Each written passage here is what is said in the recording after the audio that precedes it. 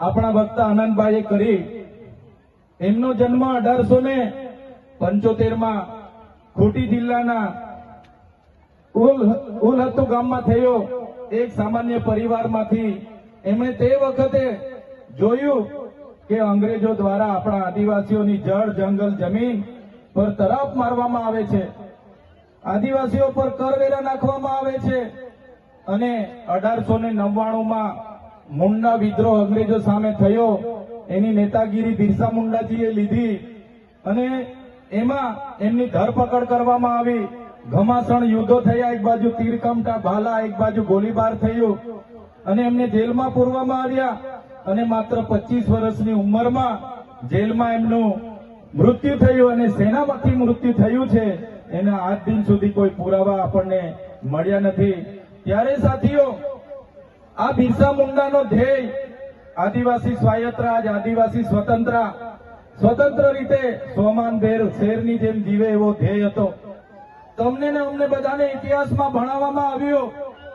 ઉત્ક્રાંતિવાદ, Charles ડાર્વિનના ઉત્ક્રાંતિવાદના સિદ્ધાંતોમાં જણાવવામાં આવ્યું કે જ્યારે આ પૃથ્વી પર માનવી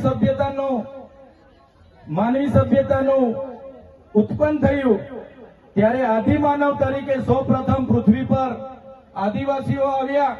શરૂઆતમાં પેડાની શોધ થઈ, અગ્નિની શોધ થઈ, ધાન્યની શોધ થઈ, ખેતીની શોધ થઈ અને બધા ખેતીની શોધની સાથે સાથે પરિવારો સાથે રહેતા થયા. એટલે નાના નાના ગામો, નાના નાના કબીલાઓ બન્યા અને એ કબીલાઓના મુખીઓ બન્યા, સરદારો બન્યા અને શાંતિથી પ્રકૃતિ સાથેનું એમનું જીવન ચાલુ હતું.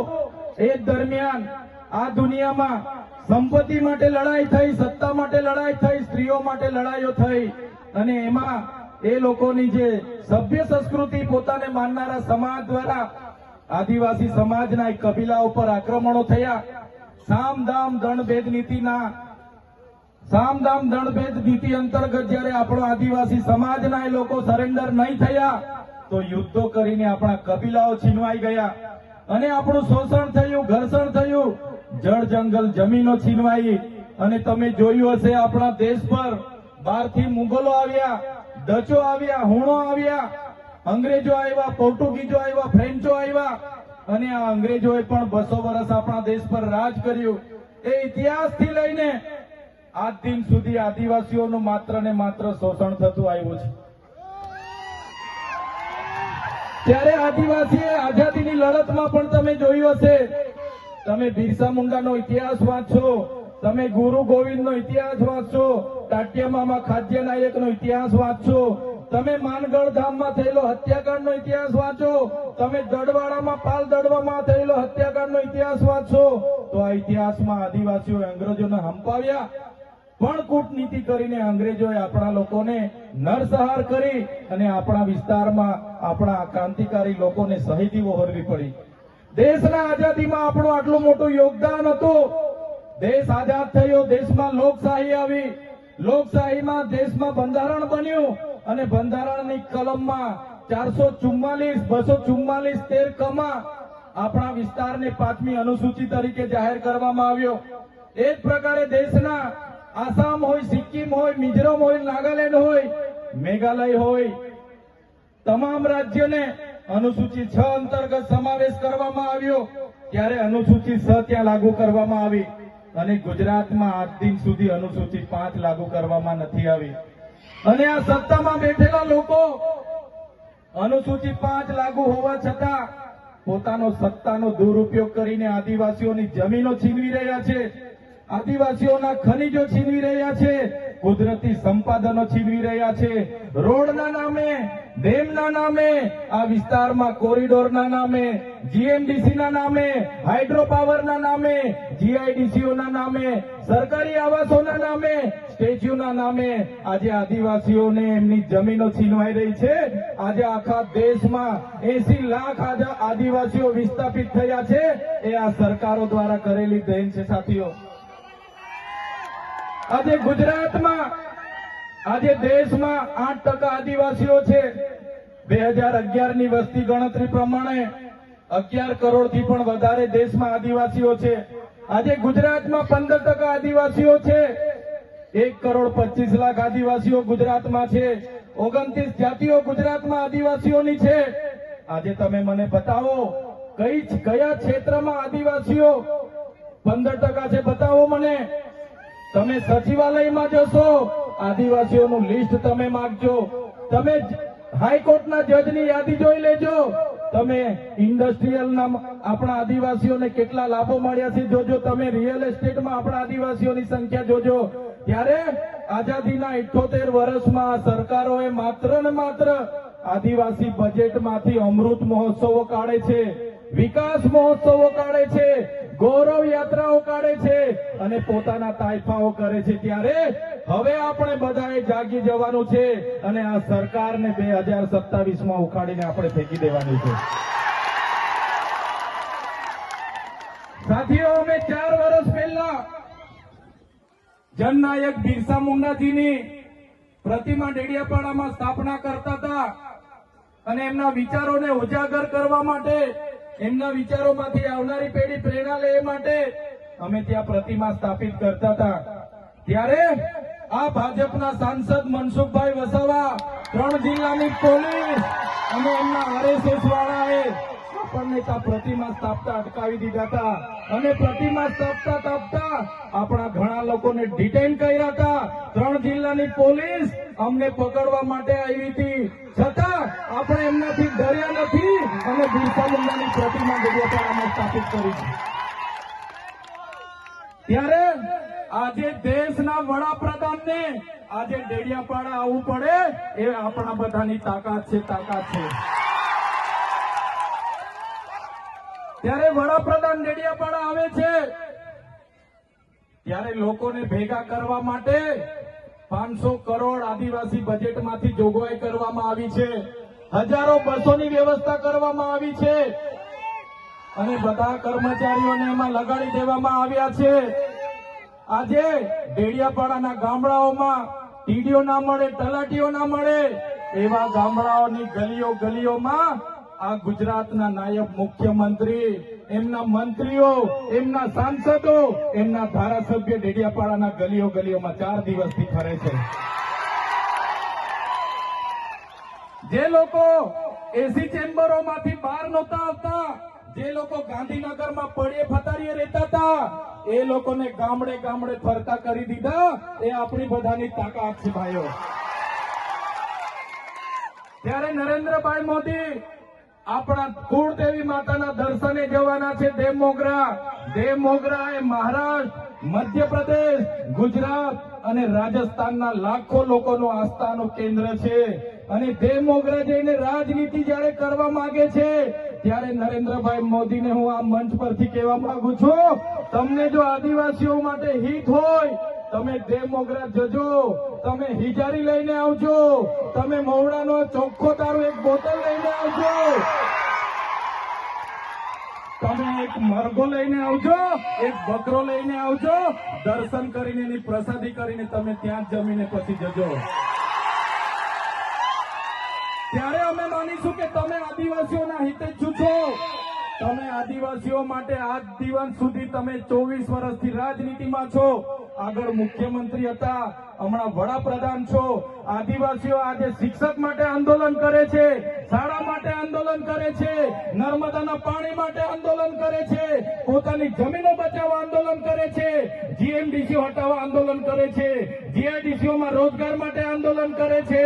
ત્યારે નરેન્દ્રભાઈ મોદીજીને કહેવા માંગુ છું, હવે અમે લડેંગે, જીતેંગે, જિંદાબાદ, મુર્દાબાદ આવેદન નિવેદન કરવા માંગતા નથી. હવે અમે લડવા માંગતા નથી. હવે ધરણા પ્રદર્શન બંધ, હવે આંદોલન બંધ. જો અમારી 5મી અનુસૂચિ, જો અમારા પૈસા, જો અમારી અનામત, જો અમારી 73 એની જમીનોને આવનાર દિવસોમાં જીએમડીસીના નામે માગશો, માલસામોટ પ્રોજેક્ટના નામે માગશો, હાઇડ્રો પ્રોજેક્ટના નામે માગશો, અણુ મથકના નામે માગશો, તો અમે આંદોલન નથી કરવાના, અમે નેપાળવાળી કરવા માટે ગાંધીનગર આવવાના છે. અમે નેપાળવાળી કરવા માટે ગાંધીનગર આવીશું. તે દિવસે તમારો ને અમારો સામનો થશે તે દિવસે ખબર પડશે ઓરિજિનલ આદિવાસીઓ કોણ છે તે. ત્યારે કેટલાક મીડિયાવાળા મિત્રોએ મને પૂછ્યું, તમારા ડેડિયાપાડામાં નરેન્દ્રભાઈ મોદી આવે છે, તમારું બધું પૂરું થઈ જાય. ત્યારે મેં મીડિયાવાળાને મિત્રોને કીધું, નરેન્દ્રભાઈ મોદી આવીને જાય પછી એમના મિત્ર ડોનાલ્ડ ટ્રમ્પને પણ લઈ આવજો. અમારા લોકોને ક્યાંય ફેર પડવાનો નથી. હવે અમારા લોકો જાગી ગયા છે, અધિકારોની વાત કરીએ છીએ. સંવિધાન અધિકારો અમને આપો, સામાજિક અધિકારો આપો. અમને જે મળેલી અમારા અધિકારોની વાત અમે કરીએ છીએ ત્યારે અમને ખબર પડી ગઈ કે આદિવાસી સમાજ હવે જાગૃત થયો છે. ત્યારે બિરસા મુંડાના રથ જયારે લઈને ફર્યા, એમના મંત્રી તંત્રી મારું નામ લઈને મને ગાળ બોલે કે પેલો ચૈતર વસાવો અહીંયા આવે છે, આમ કરે છે, તેમ કરે છે, ફલાણું કરે છે, ઢીકણું કરે છે. એ મંત્રીઓને પણ કહેવા માંગુ છું, એ પ્રદેશ પ્રમુખને પણ કહેવા માંગુ છું, ચૈતર વસાવાને ગાળ બોલવાથી અમારા આદિવાસીઓનું ઉત્થાન નથી થવાનું. તમે આદિવાસીનું ઉત્થાનની વાત કરો. મને ગાળ બોલવાથી અમારા લોકોનો જો વિકાસ થઈ જવાનો હોય તો હું દરરોજ તમારી ઓફિસે તમારી ગાળ ખાવા માટે પણ તૈયાર છું. સાથીઓ, અમે આનંદભાઈ સાથે વિધાનસભામાં લડીએ, રોડ પર લડીએ, સદન પર લડીએ અને આદિવાસીઓની ન્યાયની વાત કરીએ, અધિકારની વાત કરીએ. આ લોકોને ગમતું નથી. આનંદભાઈ પર અનેક કેસ થાય, મારા પર અનેક કેસ થાય, અમને જેલોમાં નાખવામાં આવે, પણ અમે આ સરકારની જેલોથી અમે ડરવાવાળા લોકો નથી, અમે લડવાવાળા લોકો છે. સાથીઓ, આ મંચ પરથી કહેવા માંગીએ છીએ, આ ચૈતર વસાવાને, અનંત વસાવાને જયારે સમાજની જરૂર પડશે અમે આ ધડ ધરવા માટે પણ તમારી સાથે તૈયાર છે. આ ધડ ધરવા માટે પણ અમે સમાજ માટે તૈયાર છે. એક ગુજરાતના મુખ્યમંત્રી ભૂપેન્દ્રભાઈ પટેલ, એક ગુજરાતના ઉપમુખ્યમંત્રી હર્ષભાઈ સંઘવીની પોલીસમાં પાણી નથી કે આ ચૈતર વસાવા અનંત પટેલને અરેસ્ટ કરી શકે. ત્યારે સાથીઓ, જાગવાની જરૂર છે. આગળ ડોક્ટર સાહેબે કીધું, આપણી જે મૂળ સંસ્કૃતિ છે આપણે ભૂલી જાયેલા. આપણો નંદરિયો દેવ, આપણો ગામનો હિમારિયો દેવ, આપણો વાઘદેવ, ગોવાળદેવ, આપણો કાળિયો ભૂત, આપણે ધરતી માતાને પૂજનારા, આપણે નદી નાળાને પૂજનારા, આપણે ચંદ્ર અને સૂર્યને પૂજનારા, આપણે પ્રકૃતિના પૂજક તરીકે છે. ત્યારે જન્મ મરણની વિધિ, લગ્નની વિધિ આપણે ભૂલી ચાલ્યા છે. ત્યારે આજે આ લોકો આપણા પર જાતિનો દાખલો માંગે છે, પુરાવા માંગે છે. ભણેલા છોકરાઓને પૂછી લો. સાથીઓ, જે આપણી રીત પરંપરાઓ છે, આપણો જે પહેરવેશ છે, આપણા પૂર્વજો આઝાદી પહેલા ઓળખી કાઢતા હતા. ગોરા અંગ્રેજો આવ્યા, એમના પહેરવેશ, એમની બોલી પરથી આપણા પૂર્વજો જાણી ગયા કે આપણા દુશ્મન છે.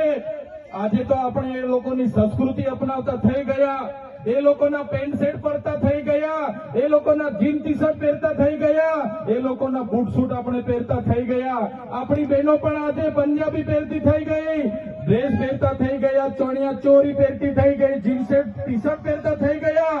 ત્યારે આવનારા દિવસોમાં આપણો દુશ્મન કોણ છે તે આપણને ખબર પડવાની નથી. ત્યારે આપણે મૌલિક નૈતિક મૂલ્યો આપણે જાળવવા પડશે.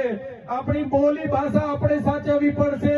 આપણો પહેરવેશ, આપણી સંસ્કૃતિ, આપણા વારસામાં મળેલી આપણી પરંપરાઓ, રીત રિવાજો આપણે સાચવવા પડશે. સાથીઓ, આપણા વિસ્તારમાં વૈશ્વિકરણના નામે જમીનો છીનવાય છે, ઔદ્યોગિકરણના નામે જીઆઈડીસીઓ આવી, એમાં જમીનો છીનવાઈ ગઈ. અને તમે જોઈ લો, આજે ધર્માંતરણના નામે આદિવાસીઓને ભોળવામાં આવે છે.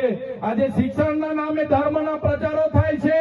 ત્યારે મારા આદિવાસી સાથીઓને કહેવા માંગુ છું, જે દિવસે આપણે આજે આદિવાસી તરીકે મટી જઈશું તે દિવસે આપણું અનામત પણ આપણને મળવાનું નથી. તે દિવસે આપણે જમીનો પણ બચાવી નથી શકવાના.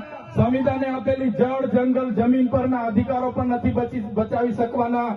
ત્યારે આ લોકોને આપણે કહેવાનું છે કે આપણે હવે ઓરિજિનલ આદિવાસીની રીત રિવાજમાં, પહેરવેશમાં, આવા કાર્યક્રમમાં આપણા હોજારો સાથે, વાજિત્રો સાથે ઉપસ્થિત થયેલા છે.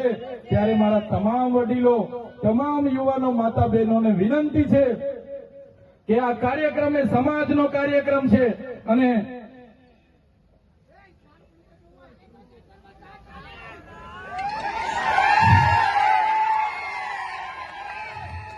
આજનો આ કાર્યક્રમ એ આપણી સમાજની તમે એકતા બતાવી છે. આજે ભાજપના એ નેતાઓને, ભાજપના એ મુખ્યમંત્રી, ઉપમુખ્યમંત્રીને અને ભાજપના એ વડાપ્રધાનને આ આદિવાસીઓની તાકાત આજે આપણે બતાવી દીધી છે. એ બદલ બધાનો ખૂબ ખૂબ આભાર. આ આપણી તાકાત છે. અને જ્યારે પણ કોઈ જીએમડીસી ની વાત આ વિસ્તારમાં લઈને આવશે, જ્યારે પણ આ વિસ્તારમાં હાઇડ્રો પ્રોજેક્ટના નામે ગામડાઓ વિસ્થાપિત કરવાની વાત કરશે, કોરિડોરના નામે ગામડાઓને વિસ્થાપિત કરવાની વાત આવશે, માલસામોડ પ્રોજેક્ટના નામે ગામડાઓ વિસ્થાપિત કરવાની વાત આવશે, કે કેવડિયાની મારી બહેનોને હેરાન કરવાની વાત આવશે, તે દિવસે પણ આવો ઘોડાપુર આપણે પહોંચવાનું છે. તે દિવસે પણ ઘોડાપુર થઈને આપણે પહોંચવાનું છે. ત્યારે મારા સાથીઓ, મારા વડીલો, મારા યુવાનો, બાળકો, સૌ તમે પોતાના વિસ્તારમાંથી પોતાના રોટલા ખાઈને, પોતાના ભાડે થઈને તમે અહીંયા પહોંચેલા છો.